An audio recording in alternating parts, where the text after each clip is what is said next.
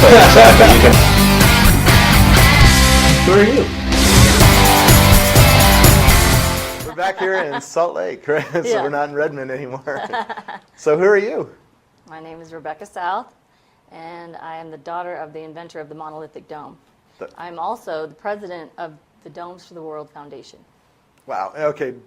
Domes for the world. What are we talking about? Buildings? Or Yeah, we're talking about dome buildings. We're talking about 100% concrete rebar buildings. Yep.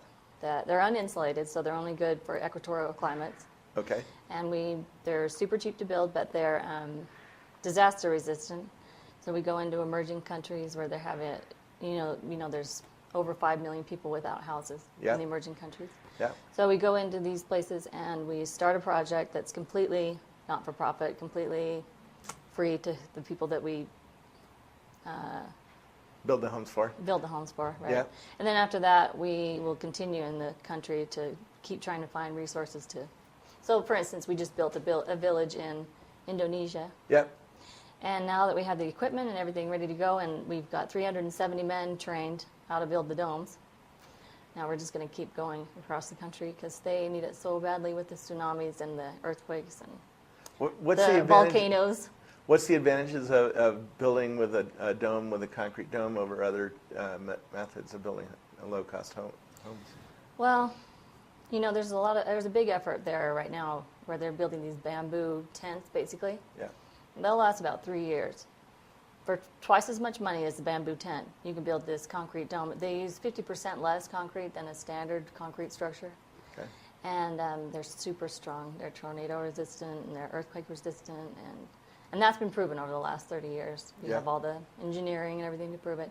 Plus, we can go into really remote areas where there's no electricity and we can build, and we can just use local labor that's completely unskilled and just train them how to build domes. And it's worked out great there in Indonesia. Like I said, we have 370 people on site right now. Wow. Yeah. So how many domes have you built this way in emerging markets? In emerging countries? Yeah. I think that you could probably count them under 100, but that was before I formed this foundation, Okay. which was last year. Okay. And our first major project has been in Indonesia. But we've built in Haiti, in Kenya, Bolivia, in South America. We've built quite a few of these projects, but just on a much smaller scale. Yeah. And we've had to work with other nonprofits. So it's actually always been a dream of my father's to build en masse overseas, especially in South America, Central America, Mexico, and also in the equator, in Africa and whatnot. Right. Now you But built. he just hasn't had anybody to head it up Right. until I took it over. So Okay. Your company's built domes all over the world, right? yeah, we built For commercial. Yeah, commercial projects, and Yeah. it's a different type of building. It's the super insulated dome. It's built you have to have skilled labor to build these domes. Right. But they save 50 to 75% of your heating and cooling costs. Plus, they have the disaster resistance of the other domes, the eco shells. Plus, they are super quick to build, and as you get bigger and bigger domes, it's cheaper and cheaper exponentially. You save. So we've built 48 states and about 40 countries, schools and churches and storages and houses and yeah. Right. What are the advantages? Are heat and disaster? Any other aesthetic reasons to have a dome instead of a normal standard wood? And Most people would say that there are no aesthetic reasons, but that is because they haven't seen some of the domes we've built. For instance, there's this gorgeous dome on Pensacola Beach, and it's been featured on MSNBC and NBC and the Weather Channel, and every time there's a hurricane, they all go in there, hunker down, But it's built kind of to reflect seashell, Yeah. It's really beautiful, and it's right there, like I say, right on the beach, and it gets prettier every time a hurricane goes through there and destroys all the houses around it, But it's just gorgeous. And there's another one on, let's see, I think it's out by Atlanta, on one of the islands out there. It's called Eye of the Storm. They named it.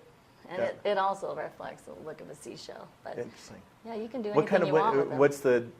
You mentioned that hurricanes. It seems to be hurricane resistant. What kind of wind forces can a dome deal with that a normal house can't? Well, let me give you an example. I can't tell you exact numbers because I don't have them in my head. But Yeah. When we originally, back in 1979, when I was 3, I was gathering intel just by listening to conversations. But later I've followed up and found out that they did the original engineering testing at the BYU laboratories down in Provo, close to here. And they built a monolithic dome. And then they tried to break it. And they piled it up with big bags of sand. And then they finally started loading like forklifts on there. And like they could never break it. They could never break it. Yeah, the dome structure is a good one engineering. Yeah, inherently the shape of the dome, because the force of a tornado or anything is distributed throughout the whole shell. My dad always says it's kind of like a Tupperware bowl. Yeah. It just kind of sits on the surface. And I've actually been through a tornado in a dome. Have you? Yeah, I was at work one day and a tornado came through and it hit us directly. We could see it coming toward us, and it hit the office building directly, and it snapped this giant phone pole, I guess, and it landed on the dome, and then it slid off, and we heard this big bang. But that was it. It got our dome a little dirty. The pole did, But next door neighbors destroyed. I mean, it completely destroyed their huge $500,000 metal structure, Wow. which was really sad, and we lost some boats. Yeah. But no, yeah, it hit us directly. What got your dad into this? What made My him dad's interested? just a renegade. He was working for the railroad in Chicago. He was programming in COBOL back in the day, and he had a slew of people, women. He says working with those punch cards. Yeah. I don't really understand it because I have my Palm Pilot now. But Yeah. he just decided one day he was going to go back to Idaho and spray foam. So he moved back to Idaho and he started spraying polyurethane foam for potato storage installation. Interesting. Yeah, and then he went to a seminar with Bucky Fuller, Yeah. built a couple geodesic domes, but didn't like all the waste, and he didn't think he could build them big enough like he wanted to. So he came up with this airform structure that you go in and you go on the inside and you spray it with polyurethane. You have to coat polyurethane, so then you reinforced it with rebar and then coated it with shotcrete. And there you have this super structure, And then from that first hideous potato storage that we did, we've evolved a lot through the years, I actually grew up in a dome.